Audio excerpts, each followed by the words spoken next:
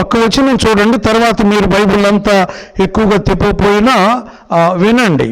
పేతురు భక్తకోటికి రాసిన 2వ పత్రిక మొదటి అధ్యాయం 10వ వచనము 11 వచనాలు ఉన్నాయి. నాకు 10వ వచనం ముఖ్యం, కానీ 11 కూడా కలిపి చదువుకుందాం. అందువలన సహోదరులారా, మీ పిలుపును ఏర్పాటును నిశ్చయము చేసి కొనుటకు మరి జాగ్రత్త పడుడి. ఒకసారి మనం చెబుదామా? అందువలన సహోదరులారా, మీ పిలుపును ఏర్పాటును నిశ్చయము చేసుకునేందుకు మరి జాగ్రత్త పడుడి. ఇక్కడ 2 మాటలు పట్టుకోండి, పిలుపు ఏర్పాటు కదా. ప్రభు ఆనాడు పేతురు భక్తునితో ఈ ఉత్తరాన్ని పరిశుద్ధాత్మ చేత వ్రాయించాడు. దేవుని నమ్ముకున్న వారికే రాస్తున్నాడు ఈ పత్రిక. సార్వత్రిక పత్రిక అంటారు దీన్ని. అనగా ఈ భూమండలం మీద నివసిస్తున్న ప్రభుని నమ్మిన ప్రతి విశ్వాసికి రాస్తున్నాడు. అది ఇక్కడ అవిశ్వాసులకు ఈ పత్రిక రాయడం లేదు, విశ్వాసులకే రాస్తున్నాడు. కానీ విశ్వాసులకు రాస్తున్న ఈ మాటల్లో కూడా నమ్మని వారికి కూడా సందేశాలు ఉన్నాయి.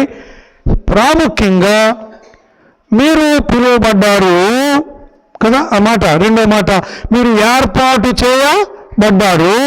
మీ పిలుపును, మీ ఏర్పాటును నిశ్చయము చేసుకున్నకు మరి జాగ్రత్త పడండి. జాగ్రత్త అని చెబుతున్నాడంటే చాలా ముఖ్యము అని అర్థమవుతుంది. జాగ్రత్త బాబు, నేను ఇప్పుడు ఒంగోలు వస్తున్నప్పుడు నాకు 3 జాగ్రత్త చెప్పారు. 1 చేసుకున్న ఆవిడ, 2 నా చిన్న అమ్మాయి, కుమార్తె ఉంది కాబట్టి అమ్మాయి, 3 కదా ఎటు చోకురు పొడు కదా అత్తమ్మ, మా ఊరు వెళ్తున్నావు జాగ్రత్త. జాగ్రత్త అనే పదాన్ని కొంచెం పట్టుకోండి. దాని అర్థం తెలుసా? జాగ్రత్త అంటే ఎలా పడితే అలాగా కాకుండా కొద్దిగా మనసు పెట్టి కదా, అటు ఇటు చూడకుండా, ఎదురుగా వస్తున్న వాహనాలు వస్తాయి, చీకట్లో వెళుతున్నావు, మరొక వ్యక్తిని కూడా తీసుకుని వెళ్ళమన్నారు నన్ను. చాలాసార్లు దేవుని పరిచర్యలో ఇద్దరిద్దరుగా రావడం చాలా సహాయకరమే, కానీ వారికి కొన్ని ఇబ్బందులు వాళ్ళకుంటాయి కదా, వారిని ఇబ్బంది పెట్టడం ఎందుకని నేను పెద్దగా ఒత్తిడి మాత్రం చేయను. 1-2 సార్లు అలాగా చెప్తాను. వారు ఇష్టపూర్వకంగా ఉంటే తప్ప వారిని సంకని పెట్టుకొని మాత్రం రాలేను, అది నాకు వల్ల కూడా కాదు. అయినా చౌకరుపాడు అంటే తెలిసిందే కదా, అంచేత ధైర్యంగా వచ్చాను.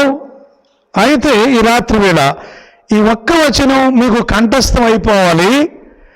ఈ ఒక్క వచనంలో ఉన్న భావం ఏంటో మీకు అర్థం కావాలి. మరొకసారి ఎప్పుడు వస్తామో తెలియదు, కానీ ఫలానా సమయంలో వచ్చినప్పుడు ఒక వాక్యం విన్నాం. ఆ వాక్యము ద్వారా మాకు కొంత మేలు దొరికింది. కొద్దిగా ఆ సంగతి ఏంటో అర్థం చేసుకోగలిగాం, దాని విలువ తెలిసింది. అలాగ జీవించడానికి నా వంతు నేను ప్రయత్నం చేస్తాను అని మీరు ధ్యానం చేయాలి, లేక మనసులో పెట్టుకోవాలి. ఇక్కడ 3 అంశాలు చెప్పబోతున్నాను.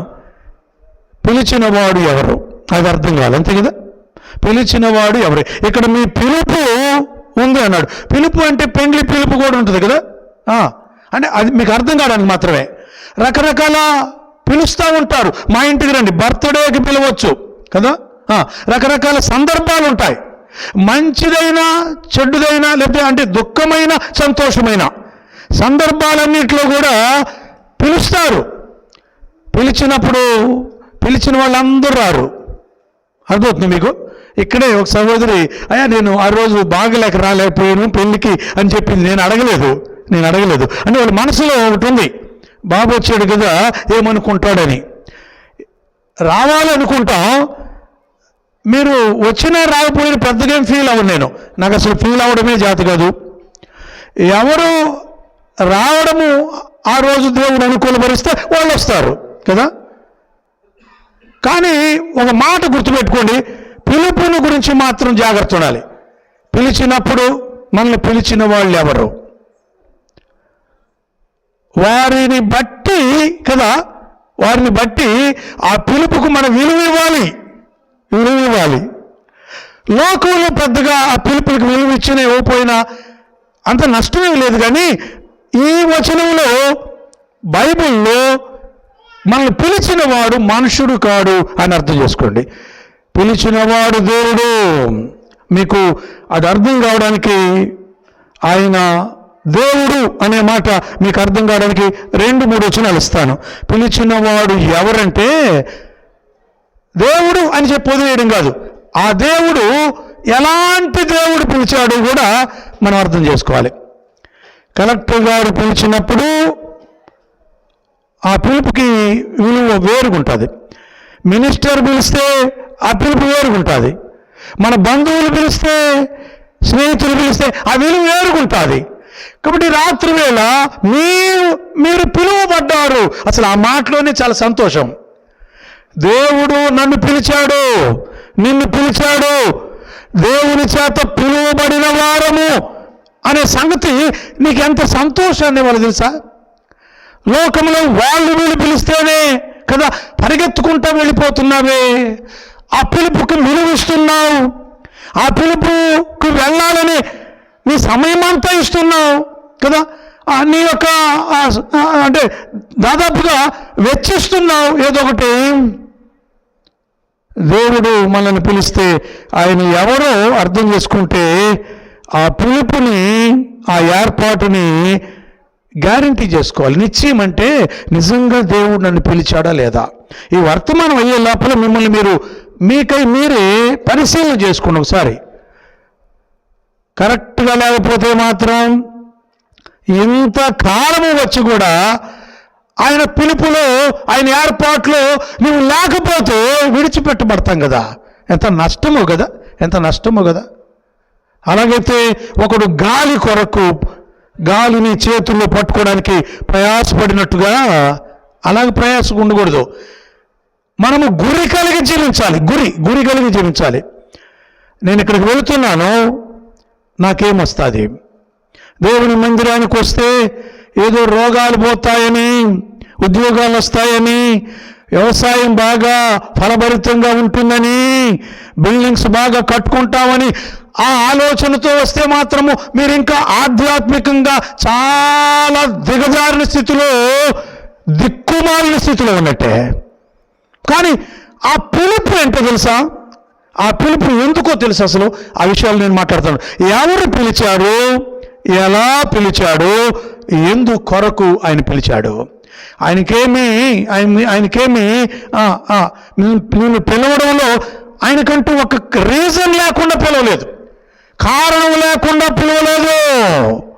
ఆయనకి ప్రతి వ్యక్తి పట్ల స్పెసిఫిక్గా కారణం ఉంది. నన్ను ఆయన ఎందుకు కోరుకున్నాడో ఆయనకు తెలుసు. నేను గ్రహించడానికి కొంత టైం పట్టవచ్చు అంతే. నాకు ఏ వరం ఇచ్చాడో, నాకు ఏ పని చేతనవునో, నేనేది చేయగలను ఆయన నిర్ణయించాడు. అది నేను గ్రహించాలి. ఆయన అడిగితే చెబుతాడు కూడా. మనుషుల్లో పెద్దవాళ్ళు, గమనించేవాళ్ళు, ప్రోత్సహించేవాళ్ళు, స్థానిక సంఘంలో సేవకులు, పెద్దలు కూడా చెప్తారు, బాబు నీకు ఈ వరం ఉంది బాబు అని. నువ్వు గుర్తించనప్పుడు నీ పిలుపును, ఏర్పాటును నిశ్చయం చేసుకుంటకు మరి జాగ్రత్త పడుడి. కొరింథీయులకు రాసిన మొదటి పత్రిక తిప్పుదామా? పిలిచిన వాడు ఎవరో. ఈ రాత్రి వేళ ఒక 40 నిమిషాలు వాక్యం చెప్తాను. వాస్తవంగా మాకు మంగళవారం బైబిల్ స్టడీ. నేను అందుకే రాత్రి బైబిల్ స్టడీలో మాట్లాడి బుధవారం అయితే వస్తానని చెప్పాను, సోమవారం రాలేను అని చెప్పాను. సోమవారం కూడా నాకు ఖాళీ వాస్తవంగా. కానీ కొన్నిసార్లు ఆదివారము బాగా పరిచర్య చేసిన తర్వాత వెంటనే సోమవారం ఎందుకని రాలేదు. 8:45 అయింది. నేను 9:15కు ముగిస్తాను.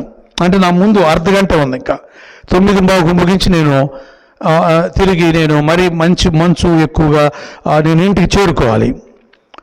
అంచేత ఒక అర్ధగంట సేపు మాట్లాడే ఈ మాటలు మీరు అర్థం చేసుకోండి. మొదటి అధ్యాయం 9వ వచనం బాబు. మన ప్రభువైన యేసుక్రీస్తు అను తన కుమారుని సహవాసమునకు మిమ్మల్ని పిలిచిన దేవుడు నమ్మదగినవాడు. ఇలాగ మాట్లాడుకుందాం. మనల్ని పిలిచిన ఆ దేవుడు నమ్మదగిన దేవుడు కదా. నమ్మదగిన దేవుడు. ఎంత నమ్మొచ్చు ఆయన్ని. పిలిచిన ఆయన మధ్యలో కొంతమంది పిలుస్తారు, మధ్యలో ముంచేస్తారు. అమ్మా, అలాంటి దేవుడు కాదు. ఈ రాత్రి వేళ మనల్ని పిలిచినది దేవుడు అని గుర్తుపెట్టుకోండి. ఆ దేవుడు కూడా నమ్మదగిన దేవుడు. మరొక మాట జ్ఞాపకం చేసుకుందామా? పిలిచినవాడు నమ్మకమైన వాడు. నమ్మదగిన వాడు వేరు, నమ్మకమైన వాడు వేరు. నమ్మదగిన వాడంటే మనం నమ్ముకోవాలి, మనం నమ్మాలి ఆయన్ని. నమ్మకమైన వాడంటే ఆయనలో ఉన్న నమ్మకత్వం, అది ఆయనలో ఉన్న నమ్మకత్వం. అది ఆయన్ని ఎంతైనా ఫెయిత్ఫుల్ గాడ్, మనము మాత్రం ఆయన నమ్ముకోవాలి. అంటే మనం బిలీవ్ చేయాలి. అది నమ్మదగినంటే. ఆ డిఫరెన్సెస్ కొన్ని ఉన్నాయి. లోతుగా చెప్పడానికి ఒకవేళ అందరికీ అర్థం కాదని కొద్ది పదాలతోనే వెళ్ళిపోతున్నాను. వాస్తవంగా దేవుని సేవకులు పెద్దల మధ్య అయితే మాత్రం దీన్ని చాలా క్లియర్గా మాట్లాడాల్సిన అవసరం ఉంది. మీకు కొంచెం క్లుప్తంగా చెప్తున్నాను, మీకు అర్థం కావాల్సిన ఒకటే, నన్ను పిలిచిన దేవుడు మాత్రం సామాన్యమైన దేవుడు కాదు. ఆయన మానవుడు కూడా కాదు. ఆయన ఏదో గొప్పోడు అని ఈ లోకరీతిగా చెప్పుకోవడం కాదు. ఆయన నమ్మదగిన వాడు. రెండవ మాట, తెస్సలోనికై పత్రిక దిపోయా 5వ అధ్యాయం. తెస్సలోనికై పత్రిక, మొదటి పత్రిక 5:24 చూద్దామా? 24. మిమ్మును పిలుచువాడు నమ్మకమైన వాడు గనుక అలాగు చేయండి. ఎలాగా పిలిచాడు, ఎందుకు పిలిచాడు అని దాని అర్థం. అలాగే చేయండి. ఆయన నమ్మకమైన వాడు. మనల్ని పిలిచిన వాడు దేవుడు. ఆయన నమ్మదగిన వాడు, ఆయన నమ్మకమైన వాడు. ఇంకొక మాట చెప్పుకుందామా? 4 మాటలు ఉన్నాయి. ఆయన పరిశుద్ధుడు. ఎక్కడుంది? పేతురు పత్రిక దిపోయా. పేతురు భక్త కోటికి రాసిన మొదటి పత్రిక 13లోన 1:13 చూడండి. 14 రైట్. నేను పరిశుద్ధుడనై ఉన్నాను గనుక మీరును పరిశుద్ధులై కాదు. కింద ఒక మాట ఉంది, మిమ్మును పిలిచిన వాడు. మన అంశం అది కదా. మిమ్మును పిలిచిన వాడు పరిశుద్ధుడై ఉన్న ప్రకారం. అది పిలిచిన వాడు కావాలి మనకి. ఆ పిలిచిన దేవుడు ఎలాంటి దేవుడు అంట? పరిశుద్ధుడైన వాడు, పాపము లేనివాడు, పాపం ఎరుగనివాడు. ఆయన దగ్గర ఎక్కడ చూద్దామన్నా ఒక్క తప్పు కూడా కనబడటం లేదు. మనల్ని పిలిచిన వాడు పరిశుద్ధుడు. ఆఖరిగా పిలిచిన దేవుడి గురించే మాట్లాడుతున్నాను. ఎవరు పిలిచారో ఇదే పేతురు పత్రిక 5:10 చూడయ్యా. 5:10, 5వ అధ్యాయము 10వ వచనం. తన నిత్య మహిమకు క్రీస్తు నందు మిమ్మును పిలిచిన సర్వకృపానిధియగు దేవుడు. చాలు. సర్వకృపానిధియగు దేవుడు మన మీద తన కృపను మొత్తం, సర్వకృపానిధియగు దేవుడు మనల్ని పిలుస్తున్నాడు ఆ నిత్య మహిమకు అన్నాడు కదా. మనల్ని ఈ లోకంలో ఇలాగే కూర్చొని ఏదో ముగించి మనము అర్ధాంతరంగా మన జీవితాన్ని చాలించడానికి కదని పిలిచింది. తన నిత్య మహిమకు, ఆయనతో నిరంతరము, సదాకాలం, ఎల్లప్పుడూ కదా ఆయనతో మనము ఉండడానికి పిలుస్తూ ఉన్నాడు. ఎందుకు అనే మాటలో దాదాపు చాలా రీజన్స్ నేను మీకు జ్ఞాపం చేయబోతున్నాను. నేను రాత్రి వేళ చదివే ప్రతి మాటకు వచనం ఇస్తున్నాను. ఒకవేళ ఆ వచనాలన్నీ ఒకవేళ చదివే టైం లేకపోతే మాత్రం మీరు తర్వాతనే చదువుకోండి. పిలిచిన వాడు ఎవరు అర్థమైంది. ఈ రాత్రి వేళ మీరు ఒక ప్రశ్న వేయాలి నన్ను, పిలుపు ముందా ఏర్పాటు ముందా?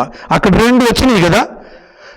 ఏర్పాటు ముందా పిలుపు ముందా అన్నప్పుడు ఏర్పాటులోనే ఉన్న వారిని ఆయన పిలుస్తున్నాడు. అది ఇక్కడ ఏర్పాటే ముందు జగత్తు పునాది వేయబడక మునిపే క్రీస్తు యేసులో ప్రేమ చేత దేవుడు మిమ్మల్ని ఏర్పరచుకొనెను, ముందుగా నిర్ణయించెను. రోమాపత్రిక 8:28. ఆయన చాలా ముందుగా, అసలేమీ లేనప్పుడు ఆయనలో నీవు నేను ఉండాలి అని ఆయన కోరుకున్నాడు. అందుకే ఒక మంచి వచనం ఉంది, ఆయన సంకల్పము చొప్పున పిలిచాడట. అబ్బా ఎంత మంచి మాట. ఎఫెసీ పత్రిక అది ఆ తర్వాత చూడండి, రోమా పత్రిక 8:28. ఇందాకే చెప్పాను, రోమా పత్రిక 8:28లో 8:28లో దేవుని ప్రేమించు వారికి అనగా ఆయన సంకల్పము చొప్పున, సంకల్పం అని ఉంది కదా, మనల్ని పిలవడములో ఆ సంకల్పం ఉంది. అది సంకల్పము అంటే మీకు అర్థం కావాలంటే ఆయన ఇష్టం, ఆయన చిత్తం, ఆయన చిత్తం. ఆయన నిన్ను నన్ను ఇష్టపూర్వకంగా పిలిచాడమ్మా తల్లి, సోదరుడా, సోదరి. ఆయన చాలా ఇష్టంగా పిలిచాడు మనల్ని. వస్తే వచ్చారు, రాకపోతే రాపోయారు అన్నట్టుగా పిలవలా.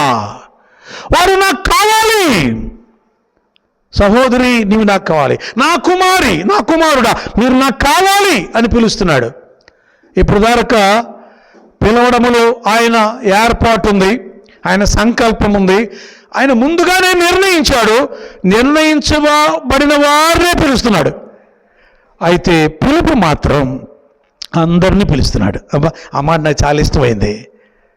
అందుకే సువార్తగా ఈ మాట చెప్తున్నాను. కూడికలో పాల్గొన్న వారిని ఆయన నిజంగా పిలిచాడు.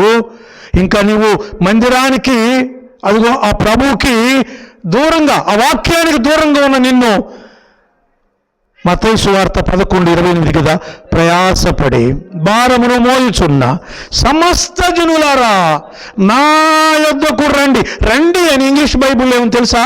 హీ కాల్డ్ అంటే పిలుచుట. రండి అనే పదం వేరు కాదు. రండి అంటే it is a invitation, it is a calling. అది ఒక ఆహ్వానము, అది ఒక పిలుపు, సార్వత్రిక పిలుపు. నేనైతే చేకూరపాడు వాళ్ళని, సంతరావు వాళ్ళని, త్రోవగుంటోళ్ళని, నా అన్నదమ్ములు, బంధువుల్ని పిలిచాను. నేను అందరిని పిలవలేదు. ఎందుకు తెలుసా? నేను తట్టుకోలేను కదా. ఈయన ఎంత గొప్పోడంటే అందరినీ చేశాడు, అందరినీ పిలుస్తున్నాడు. అందరికీ ఆయన కావాలి, అందరికీ ఆయన కూడా కావాలి. మనమందరము ఆయనకు కావాలి, మనకు ఆయన కావాలి. పాపం తేడా ఏంటంటే ఆయనకు మాత్రం కోరుకున్నాడు కానీ మనం వద్దనుకుంటున్నాం. అది తేడా. ప్రియమైన సోదరులారా, ఈ రాత్రి సమయంలో నేను ఈ వచనం చదివేటప్పుడు చాలా సంతోషపడేది తెలుసా? నన్ను బయట వాళ్ళు ఎవరు పిలవకపోయినా పర్లేదు కానీ ఆయన ఎప్పుడు పిలిచేశాడు. ఆయన పిలిచేశాడు. ఇప్పటికే 33 సంవత్సరాల క్రితమే నేను 10th క్లాస్ చదువుతున్నప్పుడే నన్ను పిలిచేశాడు. ఎలా పిలుస్తాడు? ఇప్పుడు పిలిచిన వాడు ఎవరో చెప్పి 4 మాటలు పట్టుకొని గుర్తుగా: నమ్మకమైన వాడు, నమ్మదగిన వాడు, పరిశుద్ధుడు, సర్వకృప చూయించిన వాడు. సర్వకృపానిదే, లేకపోతే సర్వకృపానిధి యగు దేవుడు. సర్వకృపానిధి యగు దేవుడు. ఎలా పిలుస్తున్నాడు? చాలా మందికి ఈ రోజుల్లో కూడా అర్థం కావట్లా. పాత నిబంధనలో పిలుపు వేరు, పట్టుకోండి. క్రొత్త నిబంధనలో పిలుపు వేరు. అందుకే బైబిల్ని చాలా జాగ్రత్తగా చదవాలి, జాగ్రత్తగా వినాలి, జాగ్రత్తగా ధ్యానించాలి, జాగ్రత్తగా చెప్పాలి. ఎవరు పడితే వాళ్ళు వాక్యం చెప్పడం అంటే నేను కూడా లేస్తానంటే లేవచ్చు. నువ్వు చాలా తప్పులు మాట్లాడతావు. తప్పులు మాట్లాడినప్పుడు ఏమి పొరపాటు మాట్లాడము, ఎదురు కూర్చున్న వాళ్ళు గమనించి చెప్పాలి కూడా, సరి చేసుకుంటారు. ఇప్పటికి కొంచెం ధైర్యం వచ్చింది. ఎంతమంది ఎదురుగా కూర్చున్న వాక్యం చెప్పి ఆ దమ్ము ధైర్యం అంటారు చూడండి, ఇప్పుడు వచ్చింది. ఎన్ని సంవత్సరాలకు తెలుసా? 33 సంవత్సరాలకి. ఎంత నేర్చుకోవాలో. ఆయన పాదముల దగ్గర కూర్చొని ఆయన వాక్యమును మనసులోకి తెచ్చుకొని ధ్యానము చేస్తుండగా, ప్రభువా ఇది నాకు అర్థం కాలేదంటే ఆయన నేర్పిస్తాడు, ఆయన బయలుపరుస్తాడు. ఆయన మాట్లాడే దేవుడు. పాత నిబంధన కాలములో ఆయన స్వరము ద్వారా మాట్లాడాడు. అవునా కదా? స్వరముతోనే. ఆయన ఎవరో ప్రవక్తను పంపి మాట్లాడడం తరువాత అసలు ఆయన మోషేతో స్వరముతో మాట్లాడు, అబ్రహాముతో స్వరముతో మాట్లాడు, నోవహుతో స్వరముతో మాట్లాడాడు. వారికి కనబడలేదు, ఆయన కనబడలేదు. ఆయన దేవదూతల్లాగా లేక మనుషులు, ఇద్దరు మనుషుల్లాగా అబ్రహాము దగ్గరకు మనుషులను పంపాడు, మనుషుల్లాగా వచ్చారు, కానీ ఆయనను మాత్రం ఎవరు చూడలేదు. పాత నిబంధనలో కూడా చూడలేదు. తప్పురని చెప్తే వాక్యాన్ని పట్టుకొని చెప్పేసేయండి, అబద్ధాలు చెప్పడం ఆపేసేయని. ఇంతవరకు ప్రపంచంలో ఏ గొప్ప గొప్ప నాయకులు, సేవకులు, ప్రవక్తలు దేవుణ్ణి చూడలేదు. దేవుణ్ణి చూచి మోషే అంటాడు, అయ్యా ఇంతవరకు నీ స్వరం వింటున్నాను, నీ మహిమ కూడా చూస్తున్నాను, అసలు నిన్ను చూడాలనుకున్నానయ్యా, నన్ను చూసి బ్రతకలేవు కదా మోషే. సరే, నీ కోరిక ఎందుకు పోగొట్టాలని ఒక బండ మీద గుండా, ఆ సందులో గుండా నేను వెళ్తాను, నా వెనుకటి భాగం చూస్తా. అప్పటికే ఉదయం నుండి సాయంత్రం దాకా పడుకున్నాడు కదా, లేవలేకుండా. ఆయనను చూచి ఎవడు బ్రతుకుతాం? ఆయన మహిమకు ఎవరు తాళుకుంటారు? అయితే పాత నిబంధనలో దర్శనముల ద్వారా, కళల ద్వారా, స్వరము ద్వారా, తన ప్రవక్తల ద్వారా ఆయన మాట్లాడాడు. హెబ్రీ పత్రిక బాగా చదువుకోండి. 1:1 పూర్వకాలమందు నానా సమయములలో నానా విధములుగా మన ప్రవక్తల ద్వారా పితరులతో మాట్లాడిన దేవుడు ఈ దినముల అంతమందు కుమారుడైన క్రీస్తు ద్వారా, అంటే వాక్యము ద్వారా అని అర్థం. కుమారుడు ఏమై ఉన్నాడు? వాక్యమై ఉన్నాడు. ఆ వాక్యమే శరీరధారి అయి కృపాసత్య సంపూర్ణుడుగా మన మధ్య నివసించాడు, ఆ వాక్యము ద్వారా. అందుకే సువార్త వింటే ఒక వ్యక్తి మార్పు చెందగాడు. దేవుని వాక్యం వినకుండా ఒక వ్యక్తి దేవుని పిలుపుకి లోబడడం సాధ్యపడదు. ఆయన వాక్యము ద్వారానే. ఎక్కడుంది?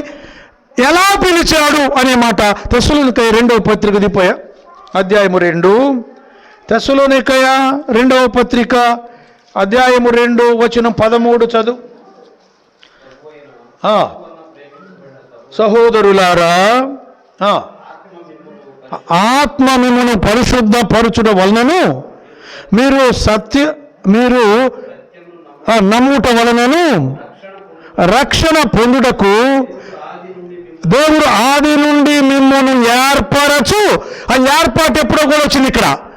ఆది నుండి అన్నారు కదా, ఆది నుండి మిమ్మల్ని ఏర్పరచుకొనెను గనుక మేము మిమ్మల్ని ఎల్లప్పుడూ దేవుని కృతజ్ఞతాస్తుతులు చెల్లింపబద్దులమై ఉన్నాం.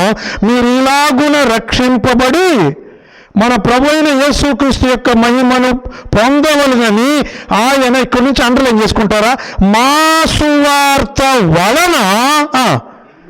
మన అంశం వచ్చిందా? పిలిచాను. మన అంశం ఏంటి? పిలిచాను, పిలుపు. దేవుడు పిలిచాడు. ఎలా పిలిచాడు? సువార్త వలన. గాస్పెల్ ఎక్కడుంది? వాక్యం ద్వారా. అది అర్థం.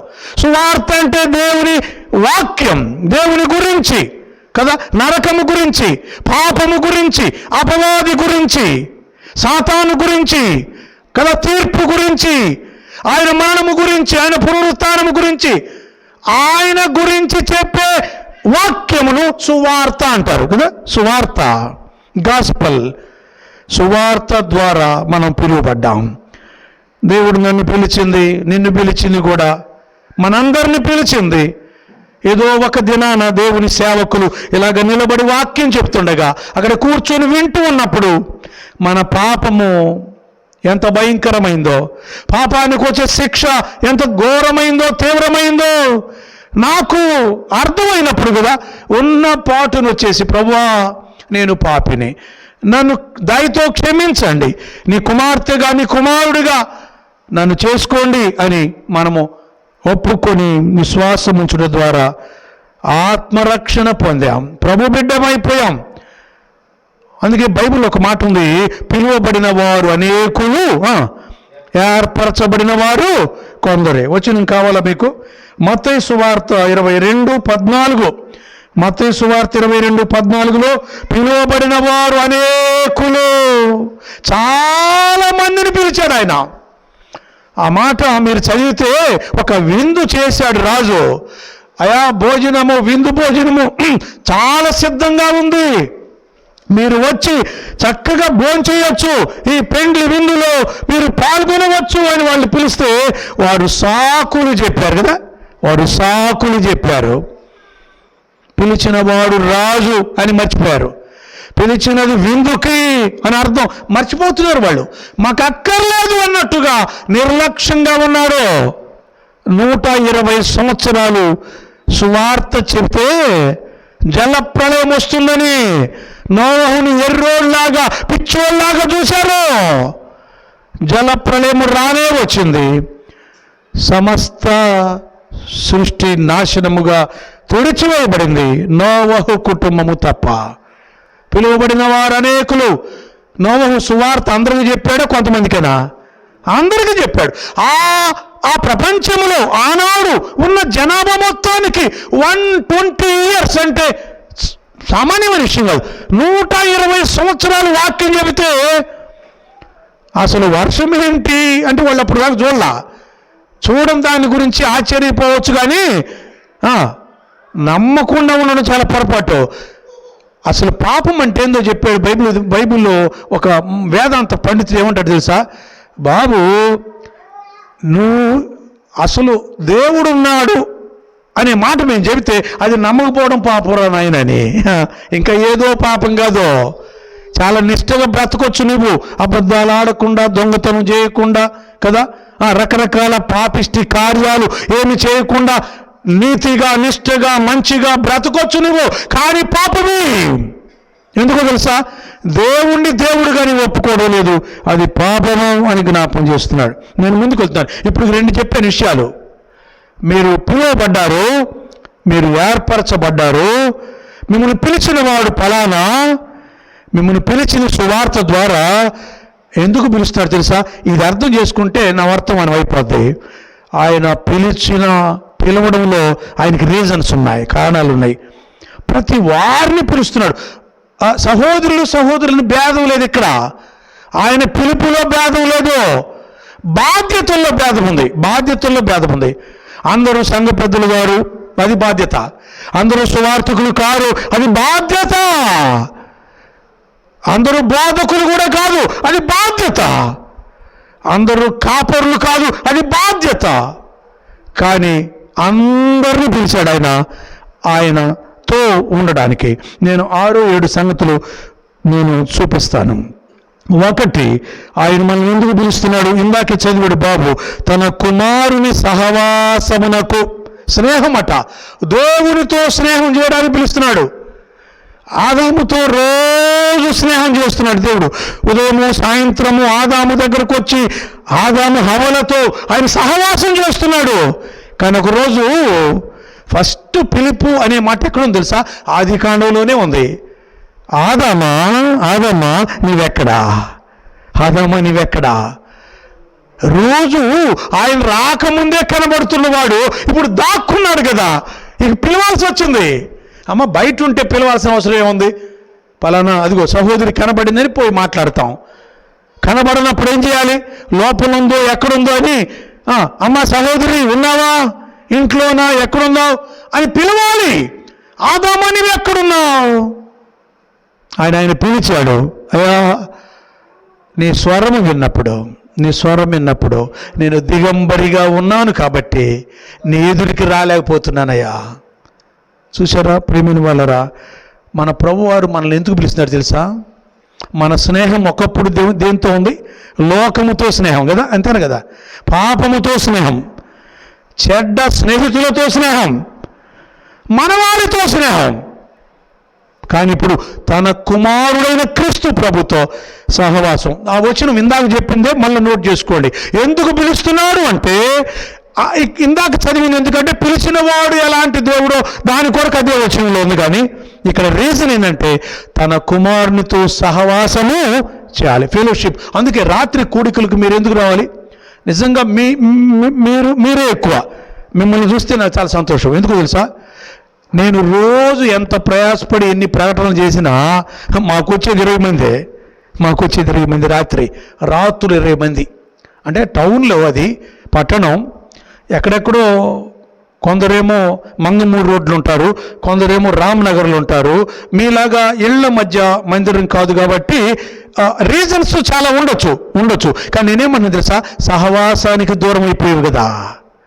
ఒక కూడికలో తోమా అనే దేవుని యొక్క అపోస్తలుడు శిష్యుడు లేకపోతే నేను చూస్తేనే నమ్ముతా అన్నాడు కదా.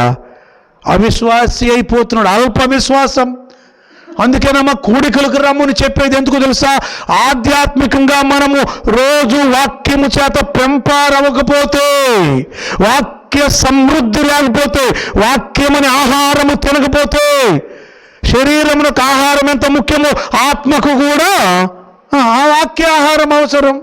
వాక్యము లేకపోతే బలహీనపడిపోతాం, నీరసపడిపోతాం, చిన్న విషయాలలో భయపడిపోతాం. ఏదైనా ఎదురైతే సమస్య, ఈ సమస్య నుండి ఎలా రావాలో అర్థం కాకుండా అయోమయంగా వెళ్ళిపోతాం. అందుకే వాక్యాన్ని తన కుమారుని సహవాసం అంటే స్నేహము, గుర్తుపెట్టుకోండి. అందుకే ప్రభు అంటాడు యోహాను సువార్త 15 అంటాడు, మిమ్మల్ని దాసులని పిలువక నా స్నేహితులని పిలుస్తున్నాను. You are my best friend. Yesayya నన్ను తన స్నేహితునిగా ఆయన భావిస్తుంటే, ఆ స్నేహితుడిని లోకంలో ఒక మంచి స్నేహితుడిని వదులుకోవడానికి ఇష్టపడం మనం కదా. చచ్చిపోయేదాకా అతనితో నా స్నేహం ఉండాలి, నా ఫ్రెండ్ నేను వదిలిపెట్టనంటావే. చిరకాల స్నేహితుడు పాట వచ్చుకో, మీకు పాట బాగానే పాడతారు. చిరకాలం ఆయనతో స్నేహం ఉండాలి కదా. మరి ప్రతిరోజు ఎవరితో నీవు స్నేహం చేస్తున్నావు? ఎవరి దగ్గర సమయాన్ని పోగొట్టుకుంటున్నావు? ప్రభు దగ్గరకు వచ్చావా? ప్రతిరోజు దేవుని సన్నిధులు అంటే మీ ఇంటిలోనైనా పర్వాలేదు, ఎక్కడ దేవుని సన్నిధిలో నువ్వు మోకాళ్ళు ఉంచుతావో అక్కడ దేవునితో నీ సహవాసం దొరుకుతుంది. దేవుని బిడ్డలతో ఒక్కరినైనా కలుసుకుంటే సహవాసం దొరుకుతుంది. మన స్నేహము ఎవరితోనో ఒకసారి పరిశీలన చేసుకుందాం. నేను ముందుకు వెళ్ళిపోతాను, చాలా విషయాలు మీకు చెప్పాలి, నా సమయం చాలడం లేదు. గలతీ పత్రిక 5:13 చూడయా. లేక అయ్యా బాబు అక్కడ దాకా పోకుండా ఇంకొకటి అక్కడే ఉంది. కొరింథీ మొదటి పత్రిక 7:15 చూడు. మరలా గలతీ దాకి వెళ్తే వెనక్కి రావాలి మనం. కొరింథీ పత్రికలో ఆయన సహవాసము చేయడానికి పిలుస్తున్నాడు. అమ్మా, ఆయనతో స్నేహము చేయడానికి, ఆయనతో గడపడానికి, ఆయనతో ఉండడానికి, ఆయన సన్నిధికి కదా. అయితే 7:15 సమాధానముగా ఉండుటకే మాట చదువుతాడు. సమాధానముగా ఉండుటకే దేవుడు మనల్ని పిలిచాను. ఆ మాట చాలు. మొత్తం చదువుకోవడం టైం చాలదులే. మనకు అవసరం అన్నమాట అదే. ఆయన సమాధానంగా ఉంటానని పిలుస్తున్నాడు. అంటే మనకు సమాధానం రావాలంటే కదా ఆయన దగ్గర రావాల్సింది, అంతే కదా. ఆయన సమాధానకర్తయగు దేవుడు బైబిల్లో ఉంది. ఎన్నో వచనాలు. ఆయన యెషయా గ్రంథంలో ఆయన పేరులోనే ఉంది ఆ మాట, సమాధానకర్తయగు దేవుడు. రోమాలో ఉంది, ఫిలిప్పీ పత్రికలో ఉంది, ఎన్నో చోట్ల ఉంది సమాధానకర్త ఆయన. అలాగైతే మనకు నెమ్మది కావాలంటే, చాలాసార్లు నాకు ఆందోళనగా ఉంది, మనసులో ఏదో అనిపిస్తూ ఉంది అంటే, నువ్వు రావాల్సిన సమాధానం రావాలంటే సమాధానం అని పేరు పెట్టుకుంటూ రాదు. మన పేర్లు మంచిగా పెడతాం కానీ ఆ పేర్లను బట్టి, పేరు బలాలు అంటారు చూడండి, పేరు బలాలు. నేను మొన్న ఇటీవల అమ్మాయికి పెళ్లి చేయకముందు అద్దెంకి సంబంధం హైదరాబాద్ వాళ్ళని దాదాపుగా దగ్గర దాకా వెళితే ఎందుకు ఆగామంటే ఆ అబ్బాయి తప్ప మిగతా కుటుంబం అంతా ప్రభువుని నమ్ముకోలే. అందుకు వెయిట్ చేస్తూ ప్రభు ఇది నీ చిత్తమా కాదా అని ఇంకా ప్రార్థన చేస్తుంటే పొరపాటుగా ఆయన నోరు జారేమన్నా అంటే అమ్మాయి పేరు అబ్బాయి పేరు బలాలు చూడాలన్నాడు. ఓహో, ఇంకా చూసుకో బలాలు. పేరు బలాలు చూడటం కాదు, పేర్లు అసలేం లేదండి. పేర్లు అసలేం లేదు. జీవితం కావాలి, బ్రతుకు కావాలి. సమాధానంగా ఉండడం అంటే నీ మనసులో ఇతరుల మీద శత్రుత్వము, పగ, అసూయ, ద్వేషము అవి ఉండకూడదు. అప్పుడు సమాధానంగా ఉంటావు. నెమ్మది. దావీదు అంటాడు 3వ కీర్తన అనుకుంటా, నెమ్మదితో పండుకొని నిద్రపోవుదును. శత్రువులు లేరా? చుట్టూ శత్రువులు ఉన్నారు, నెమ్మదిగా ఉన్నాడు. ఎందుకు తెలుసా? అంటే సమాధానకర్త లోపల ఉన్నాడు. అది ఇక్కడ సమాధానకర్త లోపల హృదయంలో ఉండేసరికి ఎంత చుట్టుపట్ల ఎంత వ్యతిరేకత ఉన్నా మనసు నెమ్మదిగా ఉందట. ఎంత మంచి మాట. 3వ సంగతికి వెళదాం. 3వ సంగతి, దేవుడు నిన్ను నన్నమ్మ ఎందుకు పిలిచాడో అర్థం చేసుకుని ఇంటికి వెళ్ళండి. ఆయన పిలిచిన పిలుపులో ఒక నిరీక్షణ ఉంది కదా, ఒక రీజన్, కారణాలు ఉన్నాయి. 3వ సంగతి గలతీ పత్రిక 5:13 చూడయా. గలతీ 5:13 ఆ ఒక్క మాట పట్టుకుని చాలు, మొత్తం అక్కర్లా. స్వతంత్రులుగా ఉండుటకు మీరు పిలువబడితిరి. మీరు బానిసలు కాదు. మీరు దేనికి మిమ్మల్ని మీరు లోపరుచుకోవద్దు. నేను చాలాసార్లు మాట్లాడేటప్పుడు ఈయన కొద్ది గర్వం అనుకుంటారు నన్ను. ఒక్క మనిషికి కూడా లోబడి, నేను ఒక్క మనిషికి కూడా లోబడినా.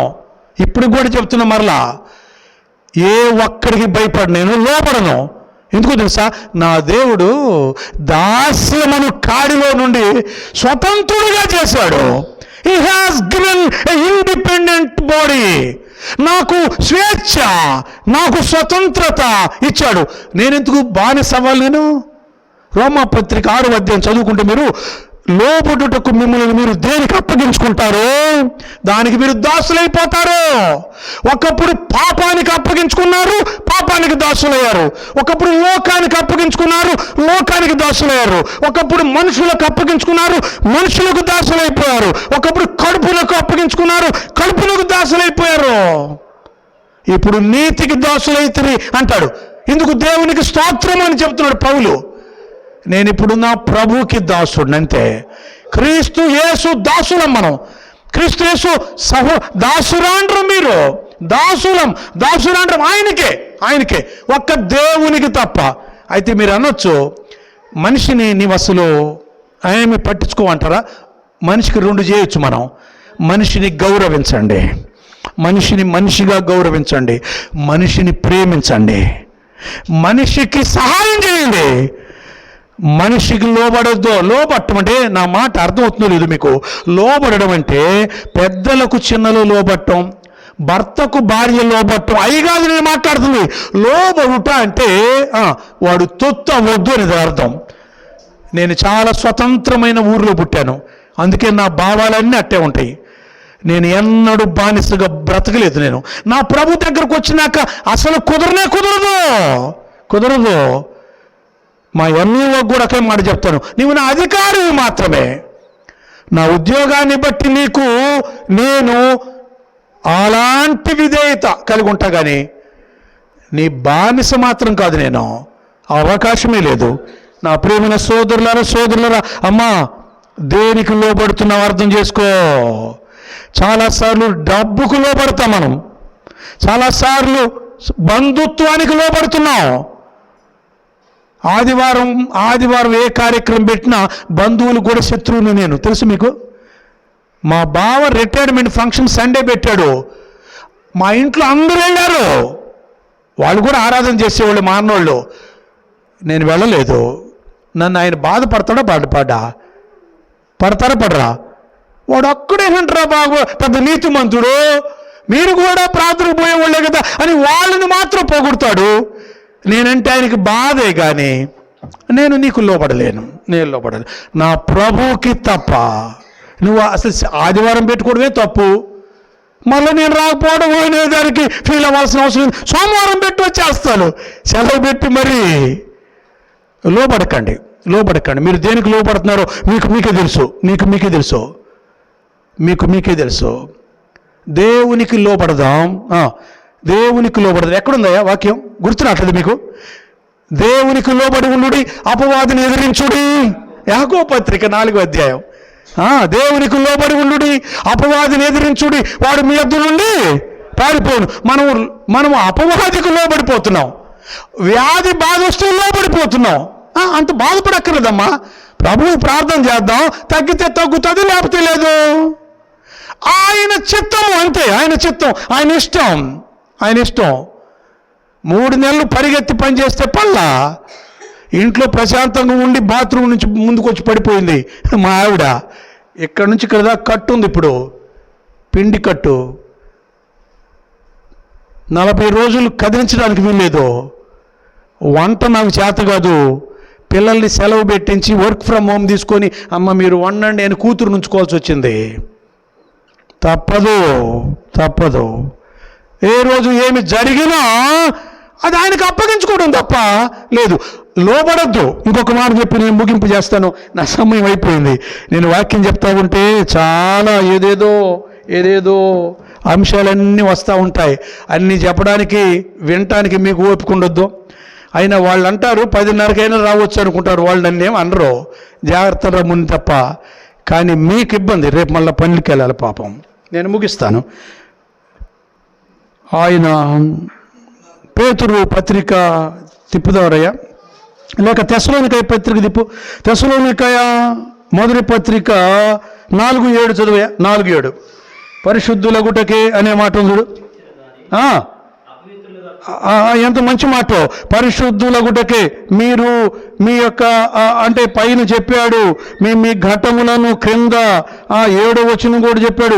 పరిశుద్ధులగుటకే దేవుడు మిమ్మల్ని పిలిచెను కానీ అపవిత్రులుగా ఉండటకు పిలవలేదు కదా. మీ ఘటములు అంటే మనమే. మీరు జారత్వమునకు దూరంగా ఉండాలి కదా. 4వ వచనం, అది 4వ వచనం.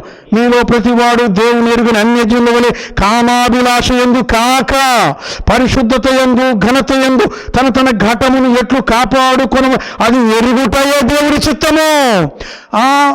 మీరు పరిశుద్ధంగా ఉంటానికి పిలుస్తున్నాడు.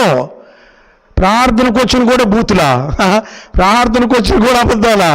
ప్రార్థనకు వచ్చినప్పుడు కూడా అంటే యేసు ప్రభువు నిన్ను పిలిచాడు కదా. పిలిచిన వాడు ఎలా అంటాడో ముందే చెప్పాను. మరి నీవు కూడా అలా ఉండాలి కదా. ఆయనే చెప్పాడు, నేను పరిశుద్ధుడనై ఉన్న ప్రకారము మీరు సమస్త ప్రవర్తన యందు పరిశుద్ధులై ఉండుడి. పరిశుద్ధులుగా ఉండాలంటే ఏం చేయాలి తెలుసా? రోజు దేవుని దగ్గరకు రావాల్సి, అంతే. రోజు వాక్యం దగ్గరకు రావాల్సిందే. అలా రాకపోతే నీ అంతటి నీవు పరిశుద్ధుడిగా ఉండలేవు, నా అంతటి నేను ఉండలేను, మనంతట మనం నిలబడలేము. ప్రభు దగ్గరకు వచ్చి పరిశుద్ధులగుటకి ఆయన మనను పిలిచెను. ప్రియమైన వాళ్ళరా, మరొక మాట జ్ఞాపం చేసి ముగిస్తున్నా నేను. ప్రభు అంటాడు, నేను పాపులనే పిలువచ్చితనే, నీతిమంతులను పిలవడానికి రాలేదు. మీరు ఒకవేళ నీతిమంతులు అని మీరు అనుకుంటే నేను మీకు అక్కర్లేదు, మీరు కూడా నాకు అక్కర్లేదు. పాపులను నేను పిలవడానికి వచ్చాను. పాపులను పరిశుద్ధులుగా చేసి కదా, అపవిత్రులను పవిత్రులుగా చేసి, అవిధేయులను విధేయులుగా చేసి, ఆఖరిగా మన ఎక్కడుంటే పిలిచాడు తెలుసా? పేతురు మొదటి పత్రిక 2:9 మీరు చీకటిలో నుండి ఆశ్చర్యకరమైన తన వెలుగులోనికి మిమ్మల్ని పిలిచిన వాడు వాని గుణాతిశయాలు ప్రచురం చేయడానికి కదా. ఇక్కడ రీజన్ చెప్తున్నాడు, ఎందుకు అనే దానికి రీజన్. నిన్ను పిలిచింది ఎందుకంటే, పిలిచిన వాడు ఎలాంటి వాడు, ఎక్కడి నుండి పిలిచాడో మార్చాడో నీకు తెలుసు కదా. ఆయన గుణాతిశయములు చెప్పండి, ఆయన ప్రేమను, ఆయన పరిశుద్ధతను, ఆయన సమర్పణను, ఆయన త్యాగాన్ని, ఆయన దైవత్వాన్ని మీరు చెప్పండి. మనం చాలాసార్లు సేవకుల పని, కొంతమంది పెద్దల పని, ఎవరో బాధ్యత కలిగిన వారి పని అనుకుంటూ మనము ఆయన గురించి చెప్పలేకపోతున్నాం. బైబిల్ అంతా చెప్పనవసరం లేదమ్మా. అసలు నీకేం అర్థమైంది అది చెప్పలేవా? నీవు ఏమి రుచి చూస్తున్నావో అది చెప్పలేవా? మనం తింటున్న ఆహారం యొక్క రుచి మనకు అర్థమైతే అర్థం కదా. మరో రోజు ఎప్పుడు నేను తిన్న కూర గురించో ఆహారం గురించో బాగుంది అని నేను చెప్పడమే కదా. నా ప్రభువు నన్ను, ఒకప్పుడు నేను చాలా దుడుగ్గా కోపంగా ఉండేవాడిని, ఇప్పుడు నన్ను మార్చాడు నా ప్రభు. చాలా నిదానంగా నెమ్మదిగా మృదువుగా, మంచిగా, సాత్వికంగా, దీనుడుగా ఉంటున్నానని చెప్పలేవా? అది కదా సాక్ష్యం. ఆ గుడ్డివాడు నిన్ను బాగు చేసింది ఎవరయ్యా అని అడిగితే ఎన్నో మాటలు చెప్పలా, ఒకే ఒక మాట చెప్పాడు, నాకొక్కటే తెలుసయ్యా, నేను గుడ్డివాడిని, ఇప్పుడు చూస్తున్నాను. అయిపోలా? ఎంత మంచి సువార్త కదా.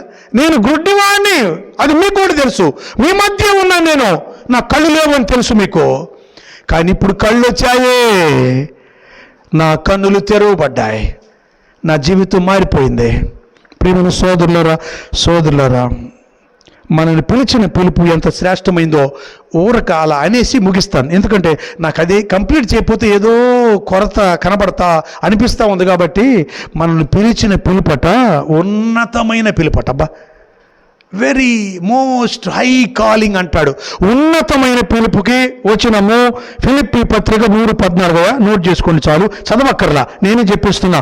ఉన్నతమైన పిలుపు, మోస్ట్ హై కాలింగ్ అంటే ఉన్నతుడైన దేవుడే పిలిచిన పిలుపు. అది ఆయన ఉన్నతమైన వాడు, పైవాడు, అందరికంటే పైవాడు, ఉన్నతమైన పిలుపు.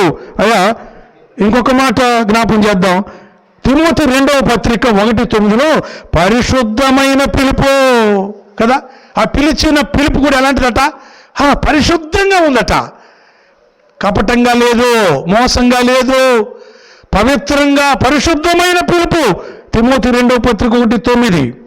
హెబ్రీ పత్రిక 3:1 ఆ పిలుపు భూలోకానికి సంబంధించిన వారికే కాదు, అది పరలోక సంబంధమైన పిలుపు. హెవెన్లీ కాలింగ్ అన్నాడు ఇంగ్లీష్లో.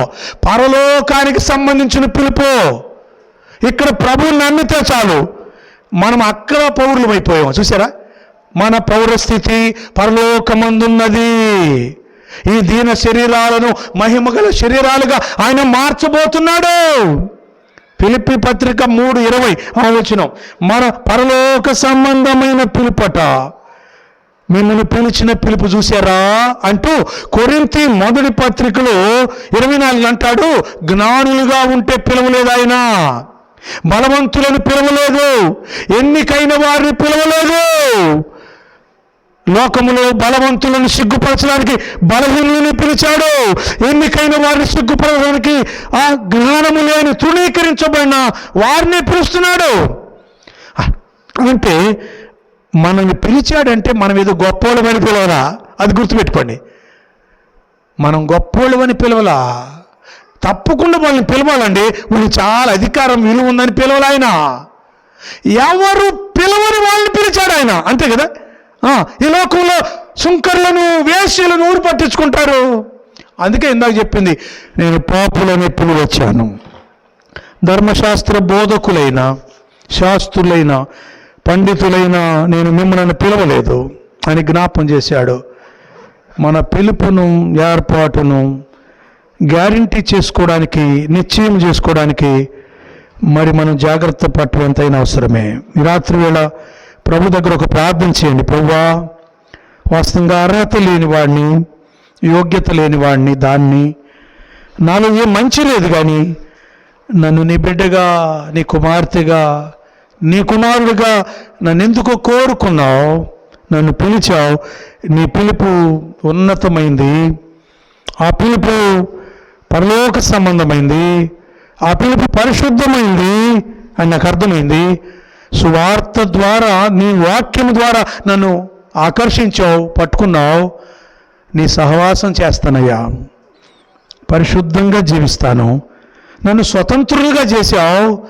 నేను ఎవ్వరికీ నా ఆత్మీయ జీవితాన్ని పణంగా పెట్టను, నేను లోబడిపోయి దాసుడుగా మారిపోను, నేను నీ కొరకు చక్కగా జీవిస్తాను అని ప్రభుతో తీర్మానం చేద్దాం. దేవుడి తలంపులను ఆశీర్వదించునుగాక. చిన్న ప్రార్థన నేను చేస్తాను, తర్వాత ముగింపు మాటలు చెప్పి సంఘ ప్రజలుగా బాధ్యత కలిగిన వాళ్ళు కోడికను ముగింపు చేస్తారు. దయగల తండ్రి, కృపగల దేవా, వందనాలు, స్తోత్రాలు నాయన.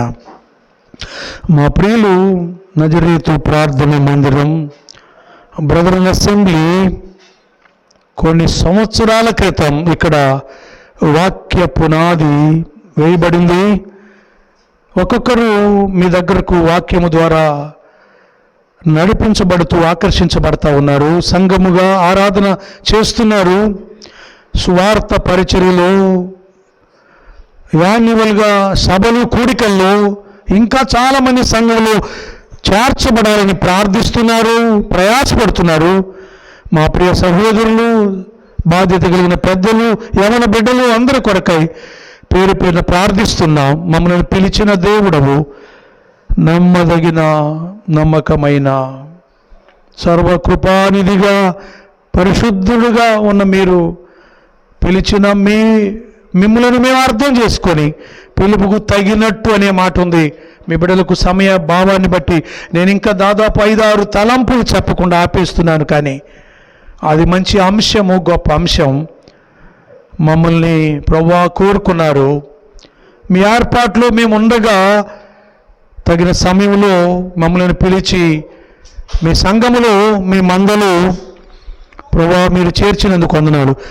ఒక్కొక్క కుటుంబాన్ని, ప్రతి కుటుంబాన్ని, చేకురుపాడులో ఉన్న గ్రామంలో ఉన్న ప్రతి బిడ్డను మీ కృపాస్తాలకు అప్పగిస్తూ వారందరినీ దీవెనల చేత, ఆశీర్వాదాల చేత, ఆత్మరక్షణలో ఇంకా ఫలభరితంగా ఉంచాలని కోరుకుంటూ సంఘానికి, ప్రతి బిడ్డకు శుభాలు తెలియజేస్తూ మా ప్రియ ప్రభు రక్షకుడు తిరిగి నా ప్రయాణములో మార్గము సరళం చేయండి, క్షేమంగా ఒంగోలు చేరుకోవాలి సహాయపడుదని అడుగుతూ ప్రియ ప్రభు రక్షకుడు యేసు నామములో ప్రార్థించి స్తుతించి అడిగి వేడుకుంటున్నాము తండ్రి.